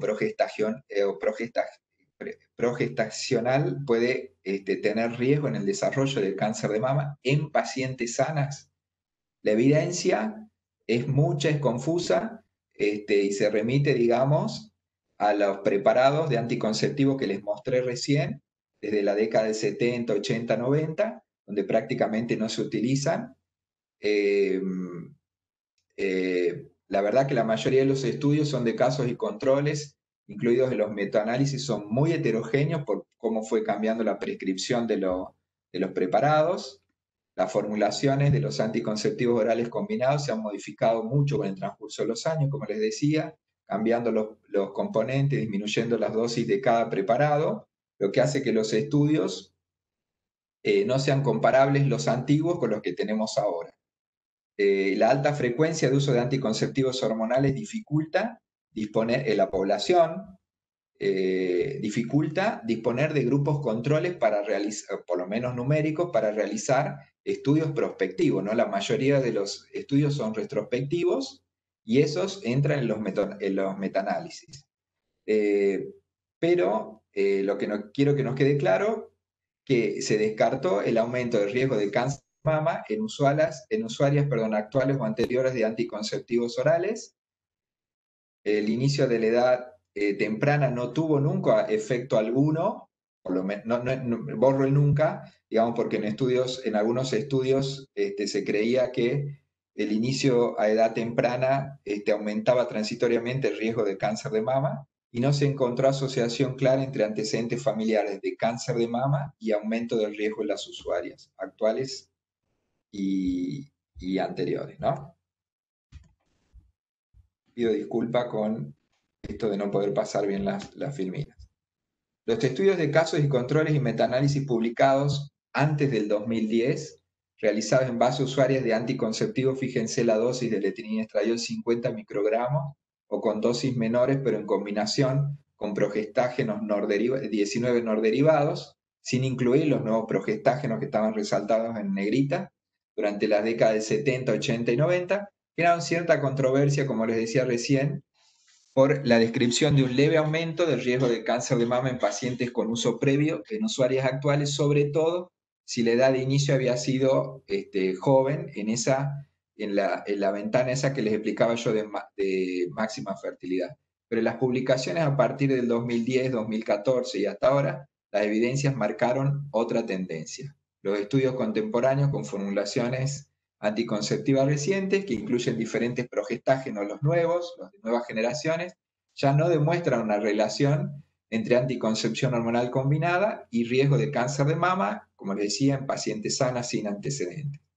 La revisión de la evidencia publicada concluye que los anticonceptivos hormonales combinados de formulación actual no aumentan el riesgo de cáncer de mama independientemente de la edad de inicio de la toma y del tiempo del preparado. Eso lo sabemos hasta ahora, excepto, parece que siempre tenemos, esta es la bibliografía, si después la quieren consultar, pero bueno, en el fines del 2017, creo que se publicó en el 2018, en el New England, apareció un artículo de un seguimiento por muchos años de un gran número de pacientes, que llegaba por el seguimiento casi a 19 millones de pacientes, hecho en Dinamarca, donde se revisó la relación entre cáncer de mama y la toma pasada y actual de anticonceptivos en pacientes desde los 15 hasta los 49 años,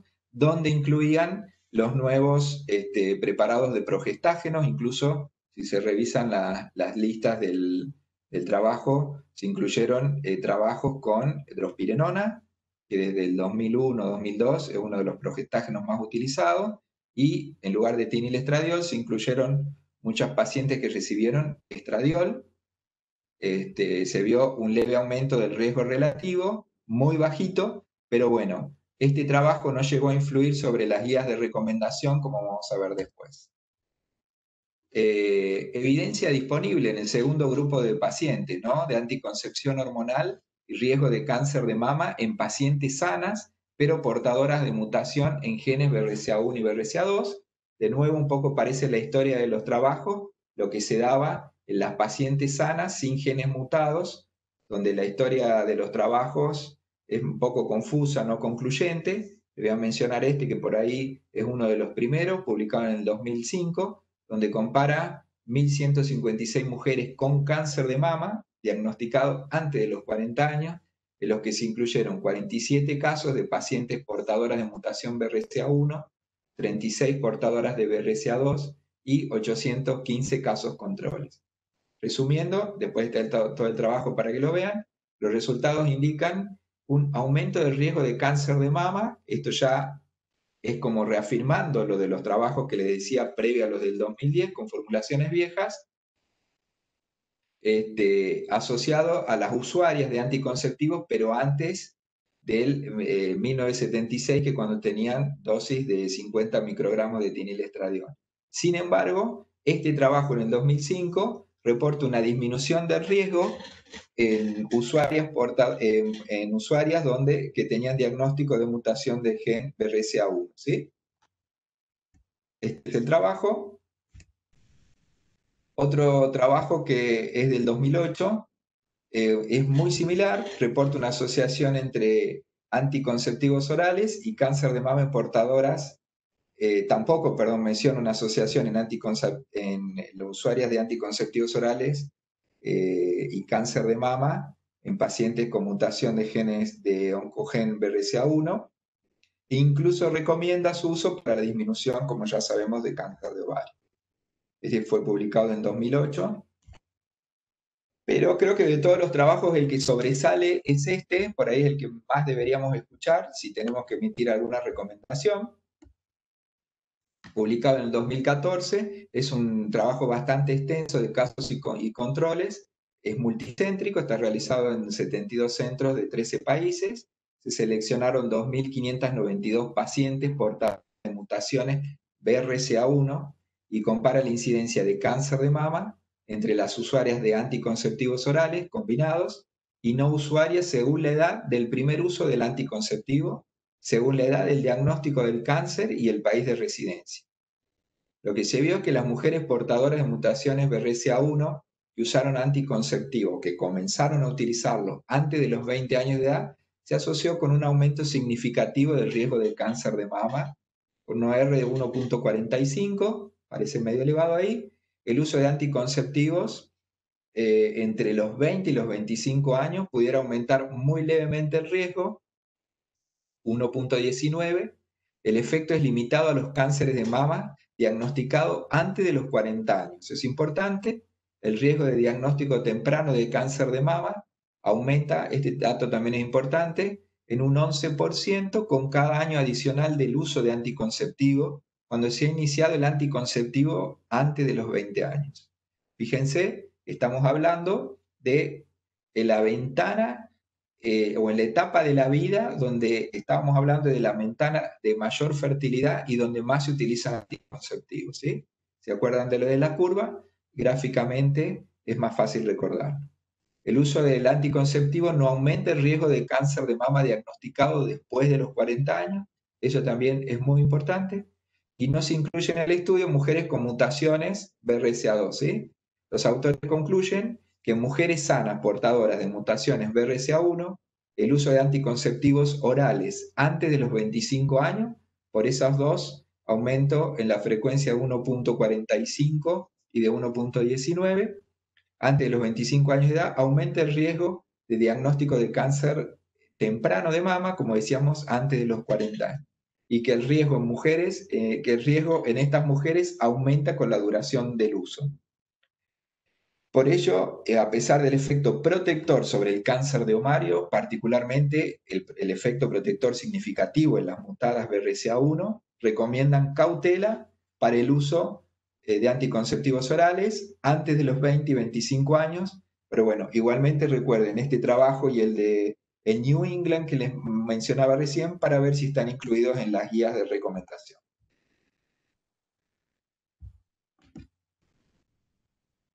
Este es el trabajo, les dejo como referencia, ¿sí? Con la evidencia disponible, como les mencionaba recién, se elaboran guías de recomendación con las que nos regimos en la práctica clínica para prescribir el inicio y el mantenimiento del anticonceptivo, de cualquier anticonceptivo, de cualquier método anticonceptivo en realidad, no solamente los hormonales, para cada paciente en particular. Nosotros interrogamos y adaptamos a las recomendaciones de la guía nuestra prescripción. ¿Cuáles son las guías más utilizadas o las que con mayor frecuencia nos guiamos para elegibilidad del método anticonceptivo? En Argentina está editada en el 2015 la Guía para Profesionales de la Salud, elaborada por la Asociación Médica Argentina de Anticoncepción por Amada y por el Programa Nacional de Salud, que es un programa estatal, Sexual y Procreación Responsable. Las guías son guías muy extensas, la verdad que muy completas, publicadas en 2015 y actualizadas en 2018, están disponibles por internet, las pueden ver en el Ministerio de Salud. Después, lo que es clásico a nivel mundial son los criterios de elegibilidad de la OMS para el inicio y continuación de los métodos anticonceptivos. También las últimas actualización, la más importante fue en el 2015, o sea que deberíamos tener deberían estar, digamos, contempladas todos los trabajos que les estaba mencionando recién. Las guías argentinas están muy influenciadas por las guías de la OMS. Y después está la guía del Reino Unido, ¿sí? Que también es muy importante, el CDC, muy parecidas a las de la OMS, y la Sociedad Española de Ginecología y Obstetricia, las guías de SEO, que la verdad que son extensas y muy completas, ¿sí? Estas son las 4 que tomamos en cuenta para poder elegir en estos casos el método anticonceptivo en nuestras pacientes. Los criterios de elegibilidad para los anticonceptivos, como les decía, son recomendaciones para iniciar y para continuar el método anticonceptivo, porque esto es dinámico. Y las condiciones de salud son las que nos van a influenciar para elegir el método, condiciones de salud actual y, como decíamos, los antecedentes personales y familiares también tienen peso, ¿no? Y de eso surgen categorías, hay categorías de recomendación en donde nos va a dar la seguridad o no para determinado método en determinada paciente en particular. Cuando la recomendación es categoría 1, quiere decir que es una condición para la cual no existe restricciones para usar el método anticonceptivo que tenemos pensado indicarle al paciente. En la categoría 2 es una condición en la que usar el método anticonceptivo para prevenir un embarazo, las ventajas, digamos, superan a los riesgos teóricos o probados de ese método. Y después las últimas 2 categorías, las 3 y las 4, son en las que no querríamos caer o no deberíamos prescribirlo, ¿no? La categoría 3 es una condición en la que usar el método anticonceptivo que pensamos prescribir, los riesgos teóricos o probables exceden la ventaja de utilizarlo para evitar el embarazo. Y en la categoría 4, directamente, existe una contraindicación absoluta porque el indicarlo provoca un daño mayor que el beneficio y con una repercusión importante en la salud de la paciente. Con respecto a la patología mamaria, fíjense, buscando en las guías, esta sería la guía del Ministerio de Salud de la Nación, que es igual en este aspecto, en lo que es patología mamaria, a la de la OMS. Fíjense ¿Dónde encontramos la recomendación? Encontramos la recomendación en la indicación de anticonceptivos hormonales solo con progestágenos. Si ustedes se fijan, acá dice afecciones mamarias, en el ítem o en la condición, donde dice nódulos sin diagnosticar, esto en las 3 columnas que tenemos acá son progestágenos de distinta forma de administración, ¿sí? Fíjense que esto es levonorgestrel, etonorgestrel, medroxiprogesterona. El nódulo sin diagnosticar es categoría 2, o sea, lo podemos dar con un seguimiento estricto, pero no hay una contraindicación para darlo. Cuando tenemos el diagnóstico de enfermedad benigna de la mama, es categoría 1, podemos darlo sin ningún problema. Y acá está una de las categorías que tratábamos de clarificar si lo podemos dar o no. Fíjense que la OMS y la guía nacional, cuando hay historia nacional de cáncer de mama, historia familiar de cáncer de mama, es categoría 1. O sea, podemos utilizar anticonceptivos con progestágenos sin ningún problema. Cuando ya tenemos el diagnóstico de cáncer de mama actual o pasado, sin evidencia de enfermedad por 5 años, como les decía, en cáncer de mama actual, claramente la indicación de anticoncepción con progestágeno, por cualquiera sea la vía o cualquiera sea el progestágeno, es contraindicación absoluta. Y cuando hay diagnóstico de cáncer de mama pasado, sin evidencia de recibida de enfermedad por 5 años, caemos en categoría 3, en donde los riesgos potenciales exceden totalmente al beneficio de indicarlo como un método. Vamos a las guías de Reino Unido. ¿Qué nos dice actualmente? Que hay una evidencia limitada sobre no menciono la del CDC ni la de SEGO porque la recomendación es igual a la de la OMS y a la guía nacional, a la guía de Argentina. Y en la de Reino Unido encontramos una pequeña diferencia. Que la evidencia limitada sobre anticoncepción hormonal en portadoras de mutaciones. Quería recalcar que las otras 3 guías no ponen el ítem o todavía no incluyeron el ítem como recomendación de qué hacer en portadoras de mutaciones en los genes BRCA1 y BRCA2, ¿sí? Así que no lo busquemos porque no lo vamos a encontrar. En cambio, en esta guía dice que en la guía del Reino Unido hay evidencia limitada sobre anticoncepción hormonal en portadoras de mutaciones o con alto riesgo familiar. De allí probablemente la contraindicación de usarlo. Pero fíjense lo que dice, tal vez sea más por escasez de evidencia que por evidencia en contra de su uso, ¿sí? Sugiere a población general que el riesgo, esto ya lo habíamos dicho, el cáncer de mama probablemente no se modifica con anticoncepción hormonal. Es un poquito teniendo en cuenta el último trabajo de New England que les mencionaba, sobre paciente sana y riesgo de cáncer de mama, pero que no tiene evidencia como incluirlo en guías y ser recomendación. Es la guía del Reino Unido del 2016, que todavía tiene vigencia, muy similar a la de la OMS, CDC y la nacional, donde el nódulo sin diagnosticar, fíjense que acá suben un poquito, la columna es la del DIU de cobre clásico, sin hormona, que puede ser comparable con cualquiera de los otros métodos hormonales. Es una recomendación 1, categoría 1. Cuando incluimos el levonorgestrel, la medroxiprogesterona, los implantes, el etonorgestrel, fíjense que el nódulo sin diagnosticar, lo mismo que la guía nacional de la OMS, es categoría 2, enfermedad benigna de mama, es categoría 1 para todas las variantes de progestágeno. Historia familiar de cáncer de mama lo podemos dar sin problema, porque incluso la guía está del Reino Unido, que por ahí es la más restrictiva o la más minuciosa, es categoría 1, podemos darla sin problema. Y después, la única guía que incluye a las pacientes con genes mutados BRCA1 y BRCA2 es el Reino Unido. Acá nos pone como ítem portadoras con conocimiento de mutaciones genéticas asociadas con cáncer de mama, estos 2 genes.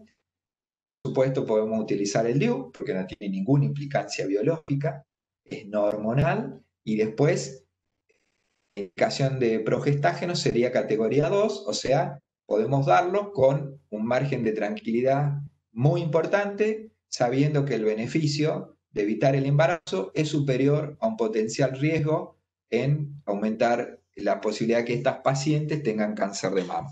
Y después con cáncer de mama es exactamente igual a las guías de la OMS, CDC y a las guías nacionales, categoría 4 y categoría 3 para cáncer actual y pasado.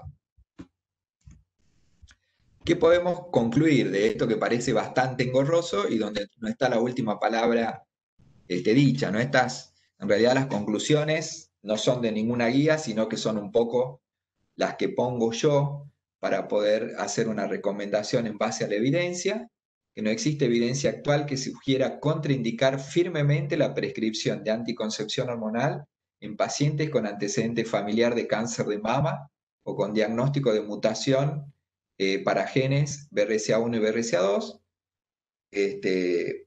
Recordemos, categoría 1 para los pacientes con antecedentes familiares en cáncer de mama, y en la guía del Reino Unido, que es la única que incluye las pacientes mutadas, es categoría 2. O sea que son recomendaciones con un amplio margen de seguridad para evitar un daño mayor cuando le indicamos. Las presentaciones con diferentes tipos de progestágenos disponibles, independientemente de su vía de administración, bueno, esto lo acabo de decir, pueden ser indicadas en pacientes con antecedentes de cáncer de mama, categoría 1, como les decía, perdón por repetirlo. Las pacientes con conocimiento de mutaciones genéticas BRCA1 y BRCA2 no figuran como una recomendación especial en la mayoría de las guías, excepto las del Reino Unido. Ténganlas en cuenta porque es categoría 2, lo podemos dar. Se puede considerar opciones claramente anticonceptivas en vista del trabajo que les mencionaba, este trabajo multicéntrico del 2014, como opciones no hormonales. Eso hay que conversarlo con el paciente y creo que va a ser una recomendación que va a salir individualizada con cada paciente, con su historia personal y con su historia familiar, en pacientes BRCA1 mutadas antes de los 20-25 años. Como les decía, no es una recomendación en las guías, pero podemos tener una consideración especial. En todos los casos se debe considerar opciones anticonceptivas no hormonales, valorando principalmente la edad de la paciente, por lo que les mencionaba de la mayor ventana de fertilidad, lo que es la reserva ovárica en cuanto al número y calidad ovocitaria y las posibilidades de embarazo, con la dinámica que apareja eso en la mujer, el hecho de cumplir años, y claramente el grado de adherencia que demuestre la paciente o la pareja al tratamiento propuesto. Bueno, muy bien. Bueno, muchas gracias. ¿Quieren hacer preguntas? Muchas gracias, Atilio. No, por favor. Muy bueno. A ver, no veo preguntas en el chat. No sé si alguien quiere habilitar el micrófono, hacer algún comentario.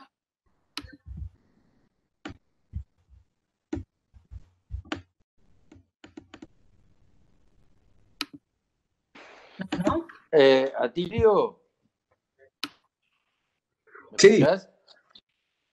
Atilio, te había entendido, o capaz que lo entendí, que en los pacientes BRCA mutados había estudios que no se recomendaba comenzar con anticonceptivos orales por debajo de los 24 años. ¿Entendí bien yo?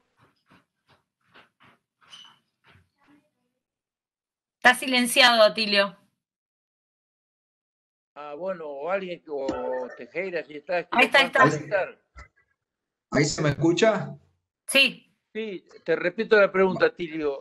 Me pareció haber entendido que en los BRCA mutados no se recomendaba comenzar con anticonceptivos antes de los 24 años, porque aumentaba el riesgo. Sí. Después era, ¿entendí bien o...?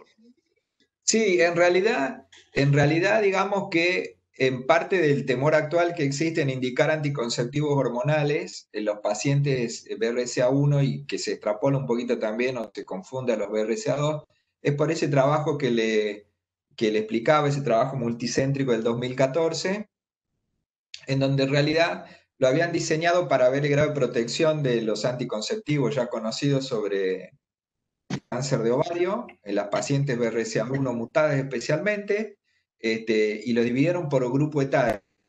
Y con hallazgo dividieron los grupos en menos de 20, 20 a 25 y más de 25. Y vieron lo que era el riesgo relativo con las pacientes. Vieron que había un leve aumento del riesgo cuando el anticonceptivo se empezaba a tomar antes de los 20 o 25 años. Claro, por eso existe esa recomendación. Pero esa recomendación, ese trabajo todavía hay de peso para que en grupos grandes, recomendación, digamos, en el uso clínico habitual. ¿Sí? Pero creo que eso hay que tenerlo... No, quería preguntarte, ¿y tu recomendación personal? Porque yo si tengo un paciente oncológico, la derivaría. ¿Tu recomendación personal en el asesoramiento cuál sería? Suponete un BRCA1 mutado, creo que 22 años. Sí, o sea, no, los pacientes que tienen antecedentes familiares, siempre hablando de anticoncepción hormonal y no pensando en lo que es terapia hormonal, ¿sí? Que son, como les decía, capítulos diferentes.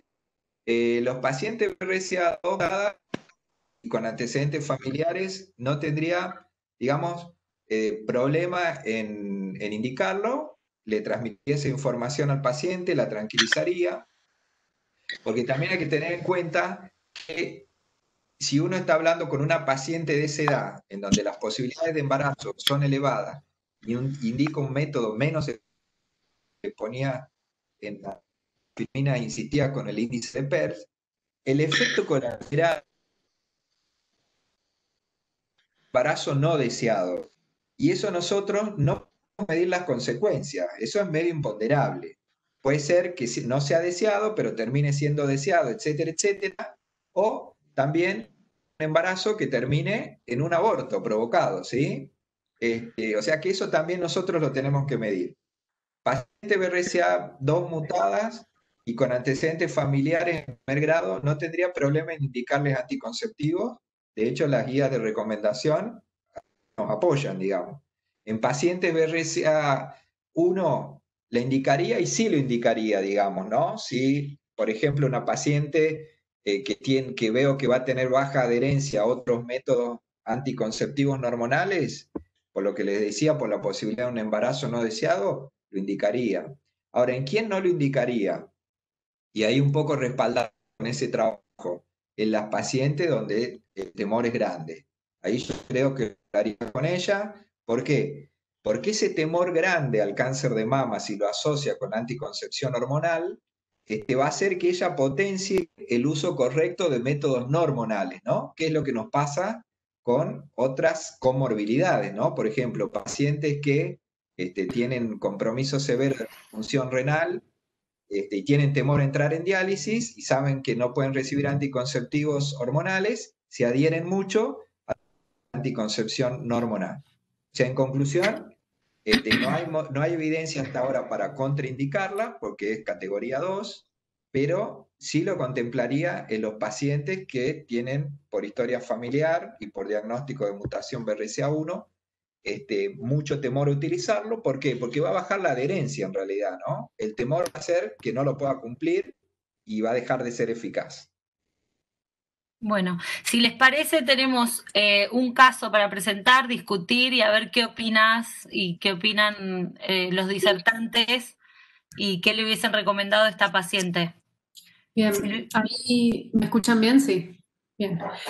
Es una paciente de 26 años, sana, que se encuentra bajo tratamiento anticonceptivo con Rubí hace 8 años. Esta paciente es la que figura acá en el árbol genealógico. Ella es portadora de una mutación en BRCA2, descubierta a partir de que su madre, quien ya presentamos la semana pasada, si mal no recuerdo, también era portadora de una mutación en BRCA2, quien presentó cáncer de mama a los 40 años y cáncer de ovario también a los 49 años. Como antecedentes familiares, como ven, tenía una tía con cáncer de mama a los 42 fallecida, y por rama Paterna, se ve también otro antecedente de cáncer de mama en una prima de su madre a los 46 años. Y acá por rama materna un antecedente de cáncer de páncreas, perdón, en un tío de su madre también a los 65 años. Entonces, en este último control que tuvo ella fue el febrero de este año, con una mamografía y ecomamaria, Barrett 1, resonancia mamaria Barrett 2, una ecografía transvaginal normal y un CA125 normal también. No desea embarazo a corto plazo. Y un poco para discutir en base a lo que han presentado, nos gustaría por ahí pensar qué tipo de asesoramiento en fertilidad merecería esta paciente y qué método anticonceptivo sería el más adecuado para ella. No sé qué opina Alejandro y Atilio, si quieren comentarla.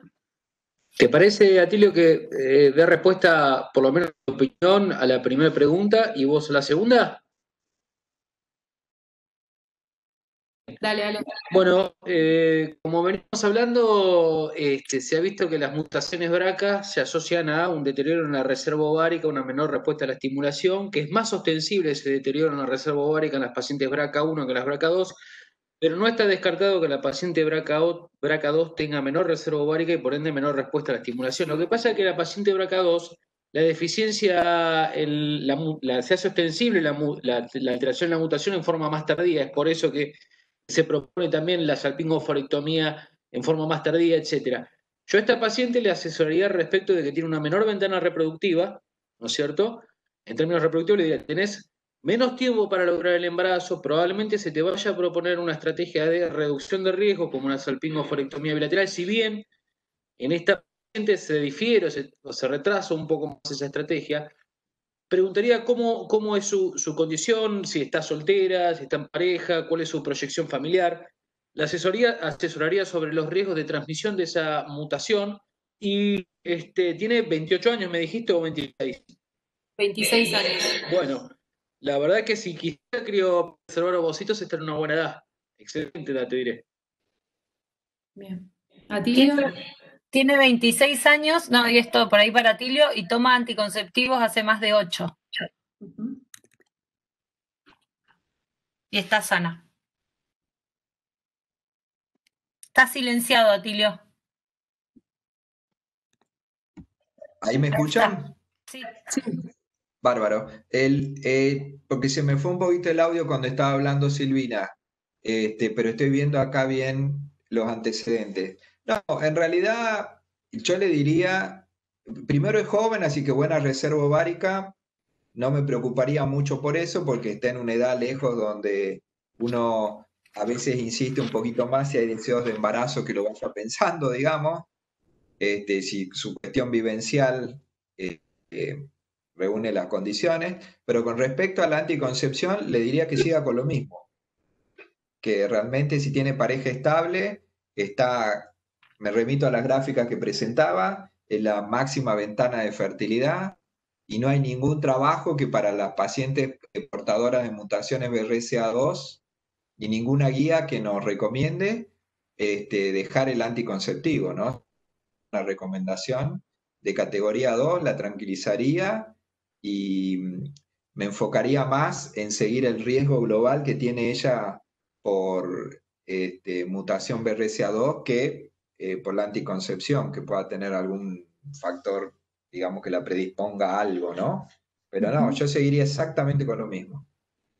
Y la probabilidad por ahí, Atilio, de reducir el riesgo en un futuro, en el desarrollo de cáncer de ovario, con respecto a eso, ¿qué opinas?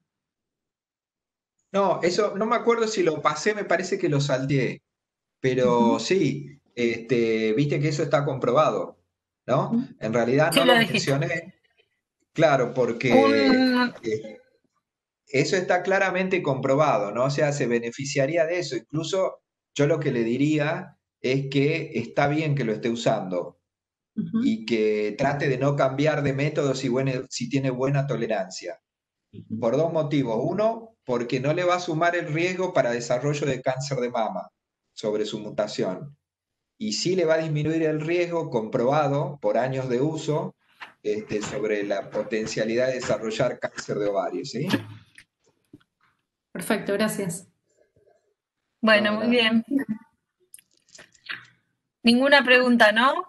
Del auditorio. Me parece que no.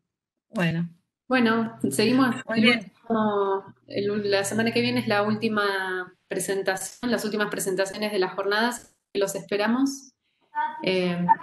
Repetimos que vamos a tener una sorpresa, no se pierdan el próximo encuentro porque va a estar muy bueno.